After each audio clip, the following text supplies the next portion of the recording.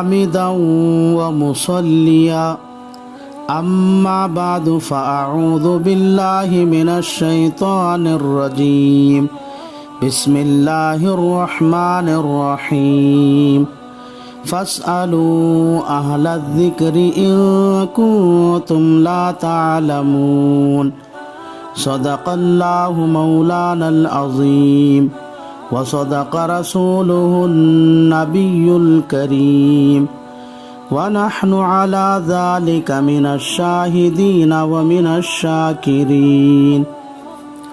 یہ مسائل کے مذاکرے کی مجلس ہے۔ اس مجلس میں لوگوں کو پیش آنے والے مسائل کا مذاکرہ کیا جاتا ہے۔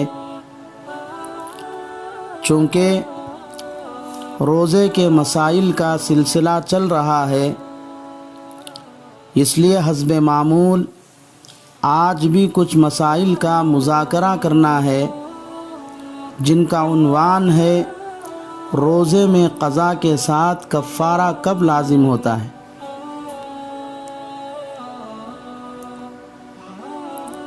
اس کا جواب یہ ہے کہ روزے میں قضا کے ساتھ کفارہ لازم ہونے کے لیے 3 شرطیں ہیں۔ پہلی شرط یہ ہے کہ روزہ رمضان کا ہو۔ دوسری شرط یہ ہے کہ روزہ یاد ہو۔ تیسری شرط یہ ہے کہ اشتباہ کے بغیر دل پسند غذا یا کوئی نفع بخش دوا کھا پی لے یا ہم بستری کرے تو اس روزے کی قضا اور کفارہ دونوں واجب ہیں۔ مثال کے طور پر اگر کوئی عاقل بالغ مقیم مسلمان مرد اور حیض نفاس سے پاک عورت رمضان المبارک کے مہینے میں روزہ رکھے، پھر روزہ یاد رہتے ہوئے بھی جان بوجھ کر اپنی پسند سے کچھ کھائے پیے یا ہم بستری کرے تو اس کا روزہ ٹوٹ جاتا ہے۔ اس کے لیے اس روزے کی قضا رکھنا بھی ضروری ہے اور کفارہ بھی ادا کرنا ہے۔ چنانچہ یہ تفصیل عالمگیر جلد نمبر 1 صفحہ نمبر 205 اور 206 پر لکھی ہوئی ہے۔ اگر کوئی آدمی رمضان کا روزہ جان بوجھ کر توڑ دے تو اس کا کفارہ کیا ہے؟ اس کا جواب یہ ہے کہ اگر کوئی آدمی رمضان کا روزہ جان بوجھ کر توڑ دیا تو اس دن کے روزے کی قضا رکھنے کے علاوہ کفارہ یہ ہے کہ ایک غلام یا باندی آزاد کرے۔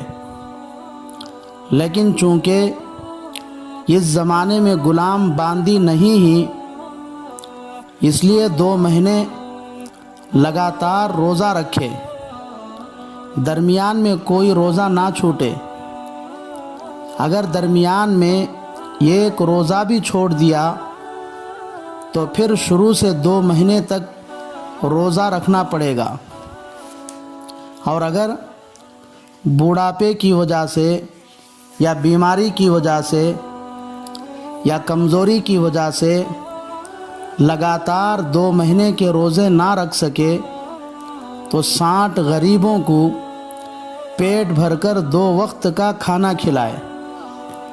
چنانچہ نور الایضاح مع مراقی الفلاح صفحہ نمبر 360 پر 6 پر لکھا ہے والکفارۃ تحریر رقبۃ فإن عجز عنہ صام شہرین متتابعین لیس فیہما یوم عید ولا ایام التشریق فإن لم یستطع الصوم اطعم 60 مسکینا یغدیہم ویعشیہم غداء وعشاء مشبعین۔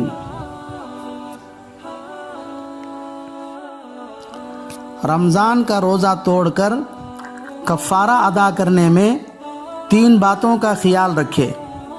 پہلی بات یہ ہے کہ رمضان کا روزہ توڑنے کا کفارہ ادا کرنے میں 2 مہینے ایسے چن لے کہ ان 2 مہینوں کے درمیان عید نہ پڑے، نہ عید الفطر نہ عید الاضحیٰ۔ اسی طرح ایام تشریق بھی نہ پڑے، کیونکہ ان 5 دنوں میں روزہ رکھنا حرام ہے۔ اس لیے بہتر یہ ہے کہ یا تو 60 روزے شوال کی 2 تاریخ کے بعد سے 9 ذی الحجہ سے پہلے رکھ کر پورا کر لے، یا پھر 14 ذی الحجہ یعنی بقرہ عید کی 14ویں تاریخ کے بعد سے 60 روزے رکھ کر مکمل کرے۔ دوسری بات یہ ہے کہ کفارے کے روزے اگر چاند کی 1 تاریخ سے شروع کرتا ہے تو 2 مہینے روزے رکھنا کافی ہے، چاہے مہینہ 30 دن کا ہو یا 20 پر 9 دن کا۔ مثال کے طور پر چاند دیکھ کر روزہ شروع کر دیا، پھر دوسرا چاند گزرنے کے بعد تیسرا چاند نظر آیا تو روزہ چھوڑ دے، کفارہ ادا ہو جائے گا، چاہے 60 روزے پورے ہوئے ہو یا 50 پر 9 روزے۔ تیسری بات یہ ہے کہ رمضان کا روزہ توڑ کر کفارہ ادا کرنے میں صحت مند نوجوانوں کے لیے لگاتار 2 مہینے روزہ رکھنا ضروری ہے، اور اگر 2 مہینے لگاتار روزہ رکھنے کی طاقت کے باوجود روزے نہ رکھے بلکہ 60 مسکینوں کو پیٹ بھر کر 2 وقت کا کھانا کھلا دے تو اس سے کفارہ ادا نہیں ہوگا۔ البتہ بوڑھاپے کی وجہ سے یا کمزوری کی وجہ سے یا بیماری کی وجہ سے لگاتار 2 مہینے روزہ نہیں رکھ سکتا ہے تو ایسے آدمی کے لیے 60 مسکینوں کو 2 وقت پیٹ بھر کر کھانا کھلانے سے کفارہ ادا ہوتا ہے۔ اگر کوئی عورت رمضان کا روزہ توڑنے کا کفارہ ادا کرنے کے لیے روزہ رکھنا شروع کی، پھر اس کو حیض یعنی ماہواری کا خون آ گیا جس کی وجہ سے وہ روزہ نہیں رکھ سکتی، تو کیا اس کا تسلسل ختم ہو جائے گا؟ یعنی اس کو پاک ہونے کے بعد پھر شروع سے روزہ رکھنا پڑے گا؟ اس کا جواب یہ ہے کہ عورت کے لیے حیض یعنی ماہواری کے دن عذر ہیں، اس لیے ماہواری کی وجہ سے عورت کا تسلسل ختم نہیں ہوتا، یعنی اس عورت کو پاک ہونے کے بعد پھر شروع سے روزہ رکھنے کی ضرورت نہیں ہے، بلکہ پاک ہوتے ہی روزہ رکھنا شروع کرے اور ان روزوں کو پچھلے روزوں کے ساتھ ملا کر گنتی پورا کر لے۔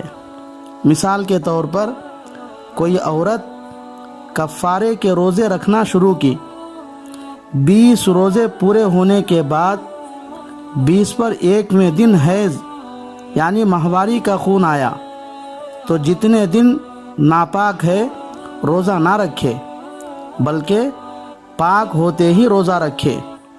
یہ روزہ اس کا 20 پر 1واں روزہ شمار ہوگا۔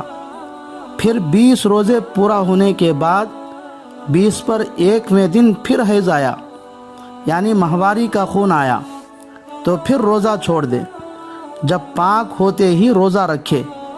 یہ روزہ اس کا 40 پر 1واں روزہ شمار ہوگا۔ اس طرح 60 روزے پورا کرے تو عورت کی طرف سے کفارہ ادا ہو جائے گا۔